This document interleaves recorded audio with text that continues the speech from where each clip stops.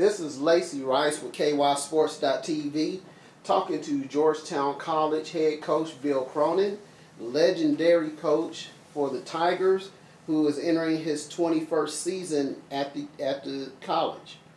And Coach Cronin's current record is 183-51.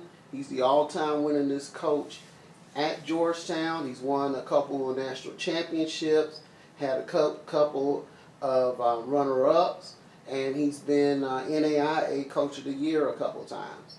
And so we were talking about one of the most successful coaches in the state of Kentucky, not just in the NAIA or not just in small college in Kentucky, but all of Kentucky. So, Coach, how are you doing today? Well, Lacey, I could listen to you talk all day long. If you're going to talk like that, thank you for all the accolades and so forth. But I'm doing just fine. We just got done with practice.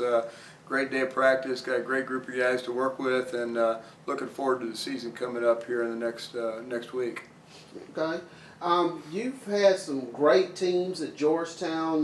We've mentioned a couple of national championships and a couple of national runner-ups.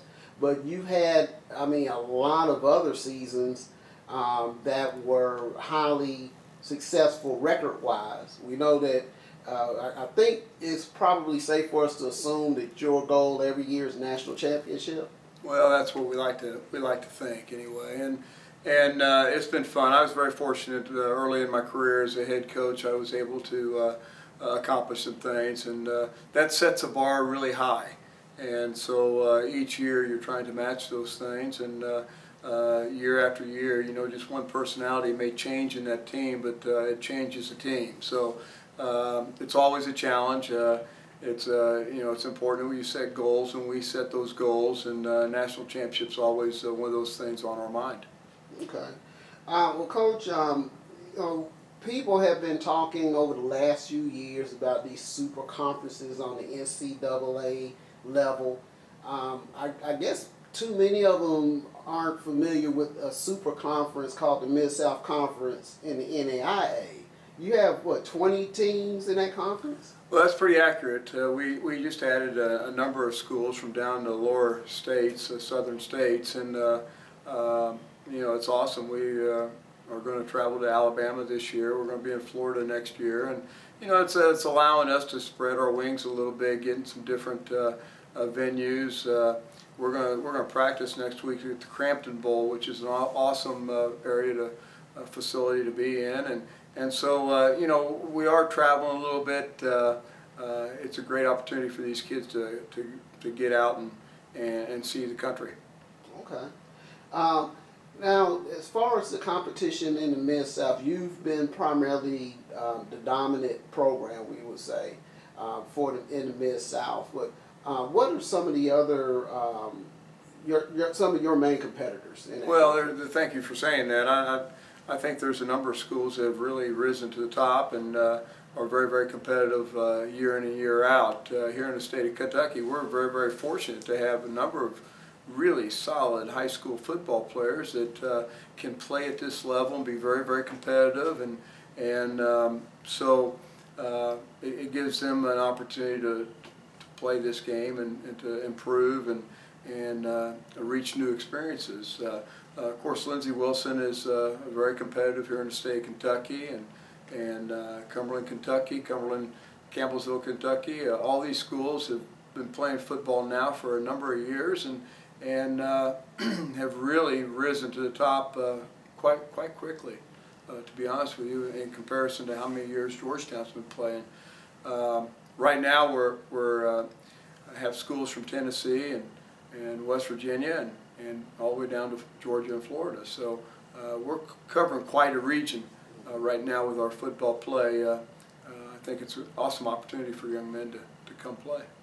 Well, you mentioned high school players from Kentucky, and looking at your roster, you have I didn't even try to count when I first went to your roster, and I started seeing the number.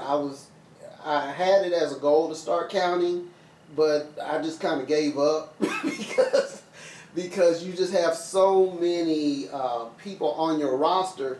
But the amazing thing too is that looking at your roster, the vast majority of it is Kentucky. Well, the great thing about this level of football is that a lot of kids can't play this level. If they really commit themselves and they really want to play and they work at it during the off season, sometime in those 4 years, I believe that a lot of kids can play at this level. And that doesn't downgrade this level. That just gives kids more of an opportunity. And so I don't want to take an opportunity away from any young man out there that wants to commit themselves. And I think that my staff does an awesome job of seeing the big picture. There's more of a reason to be on this and part of this football team than just winning football games. And I think we teach a lot of life lessons. I think we do a lot of things to help that young man develop and hopefully go out and be a good citizen someday based on some of the things that we try to expect here in our program. So I think there's a lot of reasons to be a part. I don't think I should be picking and choosing, although to be competitive you have to get a certain level of an athlete to compete for your team. Well, you mentioned your vast region, and seeing teams out of Mississippi, Alabama, Georgia, all these other areas that are more known for football than Kentucky. But like I said, you've been the dominant program. You've also had, like you said, the Camelsvilles, Lindsey Wilsons, and others who also have large Kentucky rosters. What do you contribute to that your teams are able to take Kentucky kids and compete against these kids from these so-called football states? Well, I don't know what the key ingredient is. I know our formula for success has been finding young men that belong here at Georgetown College who fit into our program. I think that if you take a young man and he is a gifted high school athlete and you bring him into your program for 4 years, you ought to be able to develop him physically and mentally enough to make him a very competitive player by the time he leaves here. And if you're not, then you're not doing him justice. And so that's the whole idea. If we can find a person that academically fits into our curriculum here at Georgetown and has the interest in getting his degree, he has to go to class, he has to do what's required of him in the classroom, and then you got to get a good character individual. I want him here for 4 years. If he's not here for 4 years, then it's hard for me to really benefit much from him. So I want to recruit a young man that's got good character, not in trouble all the time, not somebody I got to babysit, and somebody who wants to learn a little bit about the game. And then obviously if you're going to be competitive, you've got to find somebody who's athletically good enough that can play at what we'd like to think a national level. We're looking for guys who are good enough that can play at that national level. So it takes a coaching staff who knows what that level is and then tries to bring it out in them every day. It can't be just part-time. It's got to be every day that we're shooting for the stars. So that's kind of been our formula here at Georgetown College. It's great if I can go to Georgia and find somebody who can come in and play right away, but they have to be somebody that fits Georgetown's mentality, what the type of student athlete that Georgetown College expects us to have here. Well, I know in reading some things recently, and even reading about the end of your season last year, one of the things that really struck me is that you're not one of those coaches that sugarcoats anything. That at the end of the season, with the heartbreaking last-second field goal loss, that you just kind of kept, in I guess today's vernacular, you kept it real, and you said that it's very hard to justify a team, even though you only had one conference loss, but it was hard to justify having your particular record and making the playoffs when you have to be a certain rank in order to make it.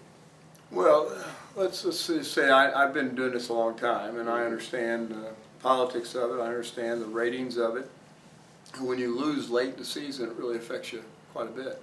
We would have loved to have been in the playoffs a year ago, but we had some injuries that affected us throughout that last half of the season that we probably weren't that caliber of a team at that time. And obviously that's one of the reasons we lost that last ball game. But our kids competed hard. We learned from it. I mean, you just got to learn from it. You know, you're faced with adversity all the time. Almost daily, we have some sort of adversity in our lives, and we've got to learn from it, and then we've got to move on. And I think that's what we did quite quickly. We moved on, and we had some things we had to address at the end of the season. I think we did it, and I think we've got great leadership this next year, and I think that you know, we've rebounded well. I think our guys are going to be very competitive again this year, and you know, all you can do is just do the best you can with what you've got, and so that's what we aim to do year in and year out. Okay. Now, the Mid-South Conference, it's one of the conference that has, and please correct me if I'm wrong, it has 2 automatic bids to the NAIA playoffs?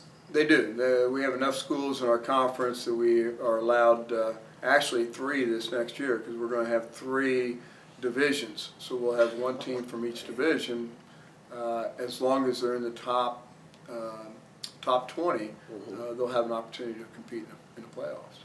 Okay. So it's a great opportunity for all the schools in our league. It'll be interesting to see how it all unfolds.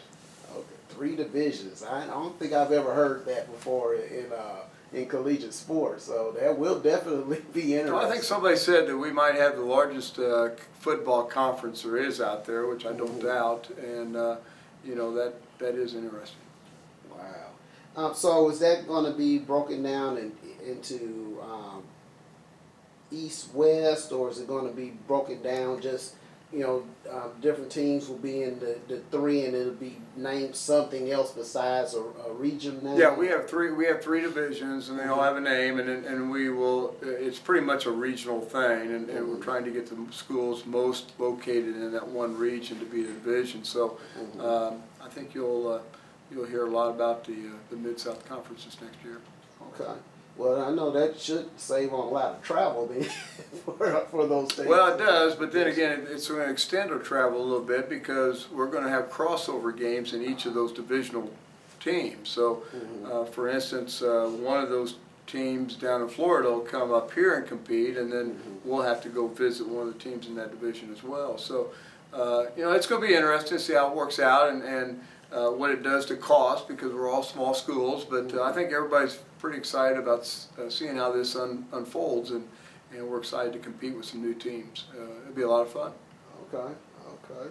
Well, looking at your record, it looks like you haven't had it looks like you haven't had more than 2 conference losses since 08-09. And so that's a very impressive run, because there are a few seasons there. Now, Lisa, you're not out there to 0. start jinxing me, are you? Oh, no. Let's be careful here. But let's say you've been right there at the top, and so you've been going to those playoffs. Can you share for those people who like an average person like me who didn't play college football, what is that atmosphere like on the NAIA level going to the playoffs? Well, you know, a young man works hard throughout the year to get to this level, national playoffs. It's a great reward to have a season that qualifies you to postseason play, and I don't think the average person out there has any idea how much work it takes for an individual, for a student athlete or a coach or whatever, anybody in our program, to achieve that level. And so once you do that, it's you know, it's quite rewarding. But then there's a new challenge. I mean, you know, you've got to adjust really fast, because all of a sudden you've got, you know, you're up again, and in the first week it takes 4 rounds to get to the national championship game. So you know, it's not an easy task by any means, and you know, I often say it's you got to be very, very lucky. A lot of times luck is a big factor in you reaching those final rounds, and so you know, I think when a person grows up and he dreams about being in a national championship game, because we sit there and watch TV and watch Alabama and Notre Dame and different schools on TV, and what a big step it is to be able to achieve something like that, then we all dream of ourselves doing that, and that's exactly what this level, all levels, give you a chance to live out that dream. And so you know, it's all about the process, though. It's been amazing to me, even though we've been fortunate enough to win that championship game. It all comes back to what the season was like, taking those steps to seeing yourself improve week in and week out to become the national champion of anything. So you know, it's all about the process, and that's more rewarding than that actual game and that trophy and so forth. It's quite unique once you do win that thing, how you look back on it. So, and keep things in perspective. It's been a neat experience. Okay. Okay. And of course, as a coach, you want every player that you have to be able to experience that thing, Right. because it is something that I think you carry with you for the rest of your life. Right. Okay. Oh, Coach, can you tell us about some of your leaders this upcoming season? Yeah, we're very fortunate to have 30 seniors this year in our senior class, and it's a quality group of kids. We have elected 2 captains. Cam Oshadi is a defensive lineman for us, a 4-year starter for us here at Georgetown. He's just an awesome young man, does well academically. He's from Ohio, up in the Columbus area of Ohio, and going to be a really fine leader. The players listen to him. He's you know, very well liked by the coaches. He is truly a coach on the field for us. And then the second young man is also an Ohio native, Kyle Longworth. He's a running back for us. He transferred in here 4 years ago from Indiana University. Tremendous young man. He really won our hearts really fast. He started playing for us pretty quickly. Been a 3, maybe 4-year starter for us. And you know, Kyle is you know, Tiger through and through. He believes in what we're doing in our program. He very positive young man, and has a lot of energy on the field. So I think we're blessed to have 2 guys that are truly captain type young men. And then we're fortunate to have a number of guys that support those 2 in the senior class that are really character kids. And I don't say that lightly. I think that's really an important ingredient for any team. And I don't know how many games we're going to win this year and so forth, but I know one thing: we're going to have a good time doing it, and we're going to do it and give it our best, doing it the right way. So I'm excited about the leadership that we do have. Okay. Well, you mentioned the character of your kids, and one that struck me in particular is Mr. Cody Casey. And reading one of the stories about him, he mentioned that he had a decision to make at 19, a very mature decision to make at 19. And while he was making that decision, he was thinking about his relationship with God. That's not something I hear a lot of 19-year-olds say. And he is he's definitely been receiving accolades. You know, I think you know, no disrespect to Georgetown College, but Georgetown College is not usually a university I would think would be in Sports Illustrated. But he made Sports Illustrated. And so can you speak a bit about him? Well, he's quite a young man. I'm glad you brought him up. It's quite an unusual story, and one that any parent, any coach, any player would cringe to hear and see. What turned out to be more than just a traditional broken leg from a football game. It ended up being an amputation of the leg, the lower leg, and you know, a year ago, Cody had 2 years ago, I guess it's been now, called me and said that he had to make this decision, and obviously my heart stopped for a second, and I just couldn't believe a young man at age 19 was going to have to do this. It really came across to us a very routine break, and you know, we all thought he was going to come back. He was a very gifted football player as a freshman here. Started in many games. I think he was all conference as a freshman as a corner, and corner's not easy to play. That's one of the gifted positions that you have on a football team. So Cody did it quite well as a freshman. His sophomore year, he ended up on special teams, breaking his leg, and again, we thought it was going to be routine. Infection got caught into it, and next thing we knew, after 11 surgeries, he's facing this amputation. So I can remember going up to the hospital. It was after our last game of the season, and my wife and I are riding up to Columbus, getting ready to go see him, and we're trying to talk amongst the two of us on what our approach is going to be. How do you talk to a young man and family that's going through this? And I was really disturbed, not knowing how to approach him. And no sooner do I walk in the room, and Cody's got this big smile on his face. He's happy to see us, and he's cheering us up. It was just an amazing thing. And after spending an hour and a half with him, you know, he was at ease with what was going on. He was motivated by it. He was challenged by it. He said, "Coach," he said, "I'm going to be back in January. I'm going to be ready to lift weights and be part of the football team."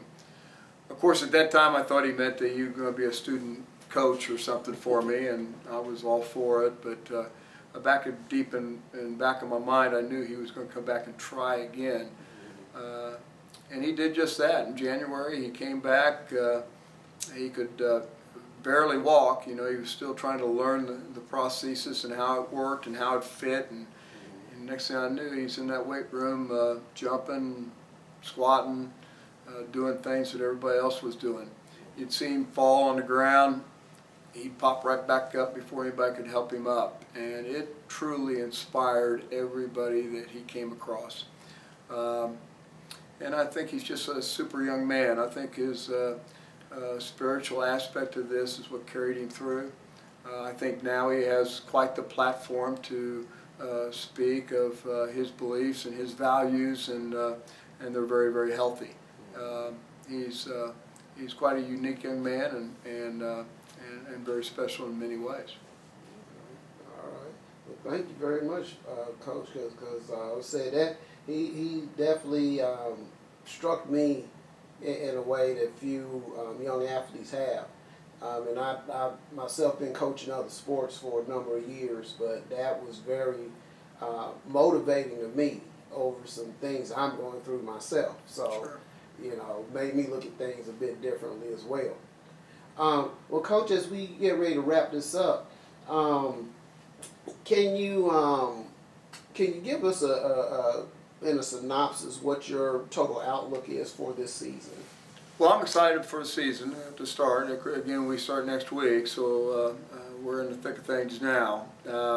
We have to stay healthy. We're not real deep like most schools at this level. Your first team guys are pretty good, pretty solid, and then when you have an injury or something, the next guy's got to be ready to jump in, and a lot of times there's a little bit of a drop off. So every school is after, they're challenged when that happens, and it's going to happen. It's all part of the game.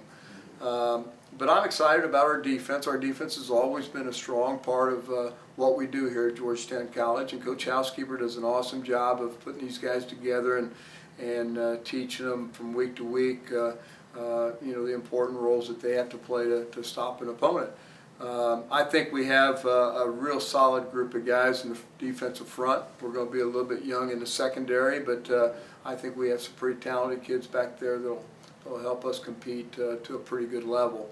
So I'm excited about that. Probably our strength this year is going to be in that second level. Our linebacker level is pretty deep, and we've got some guys who can run. We've got some guys who got quite a bit of experience there, so I think we're going to be pretty strong in that second level, and that's going to enable us to do some different things from week to week.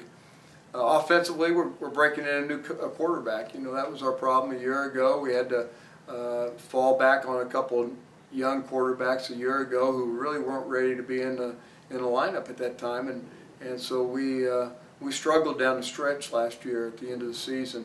We've got a couple guys competing for the job. I feel good about them. I spent a lot of time this summer working with them, and they committed themselves throughout the summer and last spring to improve, and I feel good about that. I think our offensive line has come together quite well. I think we're going to be much more competitive up there.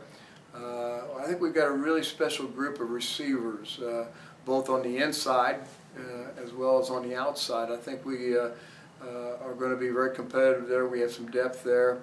we have some guys that can make some big plays from time to time. So our expectations are going to be high for them. And then you know, I think what I like best about this football team is camaraderie right now. I think from position to position as well as offense to defense, I think we've got a pretty good group of guys who really are loyal to one another, and they have that friendship that it takes to stick together throughout a season.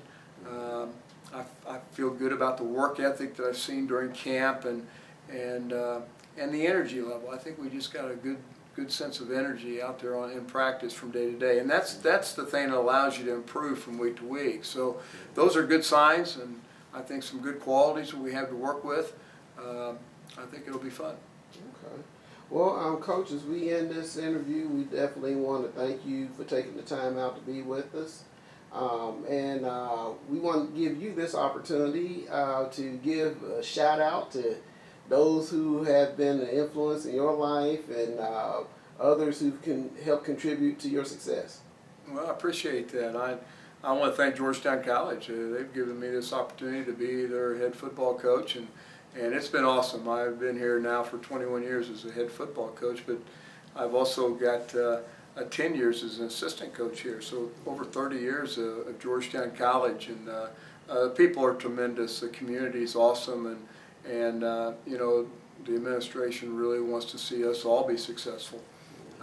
I truly love the aspect of the student athlete. I think that's what's so special about Georgetown and this level is that you're truly here for a purpose, for a big picture, and I think we all contribute to that. So I'd have to reach out to them, and then my wife. She's my coach. She does an awesome job for me, and my boys. She helped me raise 3 boys and a grandson. Now that we have, it's just really takes you to a different level when you have that grandson. So I've got to say thanks to my wife and everything she does for my career as well as day to day. And come see the Tigers play. All right. Well, thank you very much, Coach. We really enjoyed this interview, and we will definitely keep an eye on Georgetown College this year, and wish you all the best. Thank you very much.